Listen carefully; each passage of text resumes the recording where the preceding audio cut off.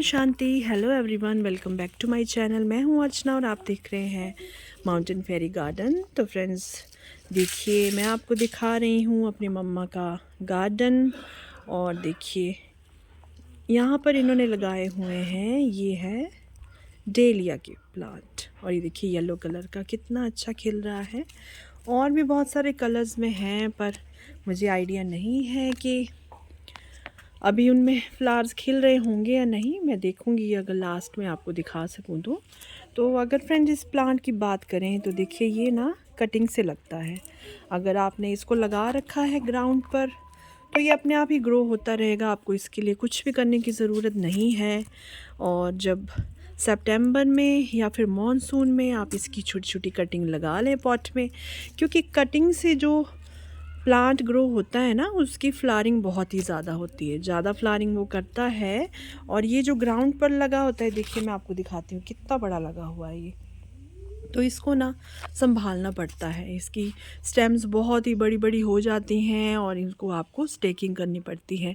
पर अगर आप मॉनसून में या फिर सितंबर में देखिए इतनी इतनी इसकी टिप, ये है ना इसकी टिप्स, इतनी इतनी कटिंग अगर काट के लगा लें सैंडी सॉइल में या फिर प्योर सैंड में, तो आराम से विंटर तक ये अच्छे से प्लांट तैयार हो जाते हैं फ्लावरिंग के लिए। और जो कटिंग से तैयार किए होते हैं प्लांट, उनको फ्लावरिंग भी बहुत अच्छी होती है।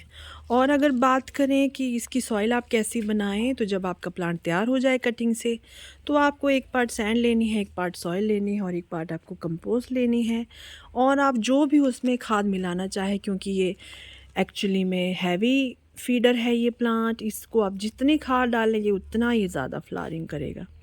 तो आप जो इसमें फर्टिलाइज़र डालना चाहे इसमें आप सरसों की खली का पाउडर मिक्स करें या फिर टाइम टाइम से सरसों की खली को पानी में भिगो कर उसका फर्टिलाइज़र इसको देते रहें, अब वीक में एक बार। या फिर आप उसका पाउडर सॉइल में भी मिक्स कर सकते हैं, या फिर आप केमिकल की तरफ भी जा सकते हैं, पोटाश। और आप इसमें प्रोम फर्टिलाइज़र जो होता है उसका यूज़ भी कर सकते हैं, आपको जो सही लगे वो आप कर सकते हैं। तो ये बहुत ही हैवी फर्टिलाइज़र की डिमांड करता है, बिल्कुल रोज़ प्लांट की तरह।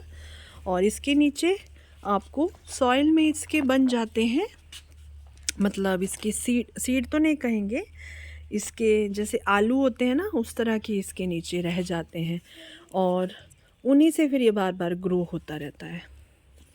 तो इसके ट्यूबर्स बन जाते हैं सॉइल के नीचे, जब ये लगा रहता है ना एक जगह में, तो आलू की शेप में इसके ट्यूबर्स बन जाते हैं और ये उन्हीं से ग्रो होता रहता है।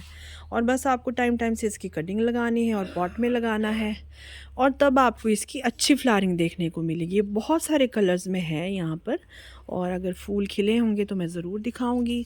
अगर वाटरिंग की बात करें तो आप देखिए, इसको अगर ज़मीन में लगाते हैं तो आपको कुछ भी केयर नहीं करनी है, पर अगर आप पॉट में लगाते हैं तो आपको इसको वाटरिंग भी आराम से करनी पड़ेगी टाइम टाइम से।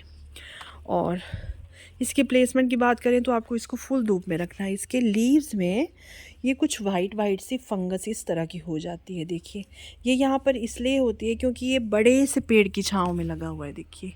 और यहाँ पर धूप थोड़ी कम आती है, तो देखिए इसके लीव्स पे ये वाइट वाइट फंगस सी हो गई है, देखिए। तो इसकी शिकायत तभी होती है जब आप इसे थोड़ी धूप कम दे रहे हो। अगर आप इसे फुल धूप में रखेंगे ना, तो ये फंगस जो होती है अपने आप ही शांत हो जाती है।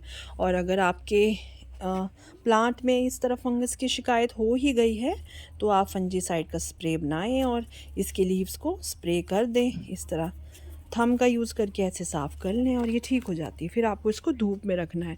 अगर आप इसकी प्लेसमेंट की बात करें तो इसको धूप में ही रखना है, वरना इसकी ये ब्रांचेस बहुत ही लेगी लेगी हो जाती हैं और पतली पतली स्टेम्स हो जाती हैं और उनको संभालना मुश्किल हो जाता है, तो उनकी स्टैकिंग्स करनी पड़ती है फिर।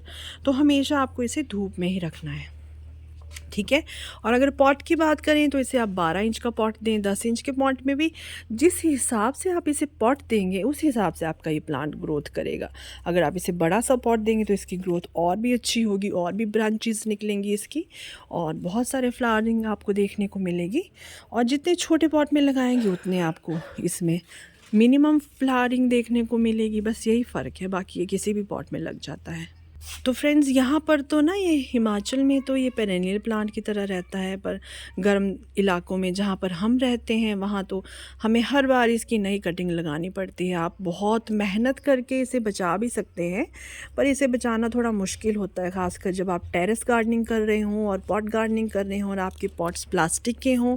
अगर आप इसे मिट्टी के गमले में लगाते हैं तो शायद आपका ये प्लांट बच भी जाए। ये टोटली आप पे डिपेंड करता है कि आप कितनी इसकी केयर कर रहे हैं, कितना इसे बचाने की कोशिश कर रहे हैं। अदरवाइज़ हमें तो इसकी कटिंग ही हर बार लगानी पड़ती है और ये सीजनल फ्लावर की तरह ही एक्ट करता है। ये देखिए इसका एक और कलर देखिए, मुरझा गए हैं, अभी फ्लावर नहीं इसके खिल रहे हैं, फ्रेश वाले मुरझा गए हैं फ्रेंड्स। तो आपको कैसी लगी ये वीडियो प्लीज़ कमेंट सेक्शन में ज़रूर बताइएगा, और फिर मिलते हैं किसी और नई वीडियो में किसी और नई नॉलेज के साथ। तब तक के लिए थैंक यू, टेक केयर, ओम शांति।